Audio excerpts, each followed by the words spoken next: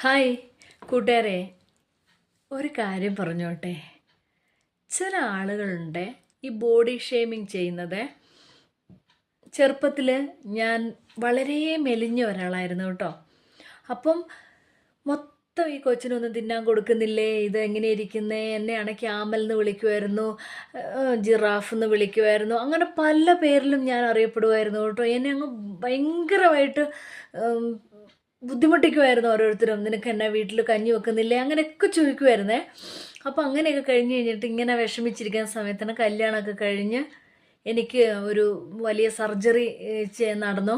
അപ്പം അത് കഴിഞ്ഞപ്പോൾ ഈ മെഡിസിൻ എല്ലാം കയറ്റി ഞാൻ അങ്ങ് ഭയങ്കരമായിട്ട് വണ്ണം വെച്ചേ. ഇപ്പോഴും ഭയങ്കരമായിട്ട് വണ്ണമുള്ള ഒരാളാണേ.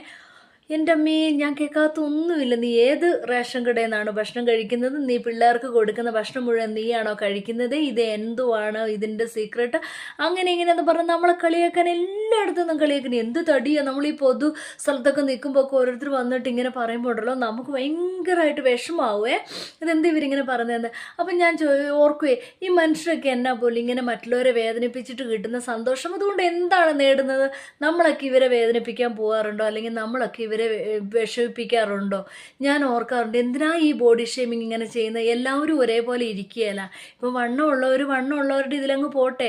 അവർ ചിലപ്പം ഭക്ഷണം കഴിച്ചിട്ടായിരിക്കില്ല, അസുഖം കൊണ്ടായിരിക്കും, മെഡിസിൻ എടുക്കുന്നതുകൊണ്ടായിരിക്കും മെലിഞ്ഞിരിക്കുന്നത്. അവർക്ക് മെലിഞ്ഞിരിക്കുന്നോട്ടെ, അവരുടെ പാരമ്പര്യമായിട്ട് അങ്ങനെ ആയിരിക്കും. നമ്മൾ എന്തിനാ മറ്റുള്ളവരുടെ കാര്യത്തിൽ ഇടപെടുന്നത്, നമ്മളിങ്ങനെ വേദനിപ്പിക്കുന്നത്?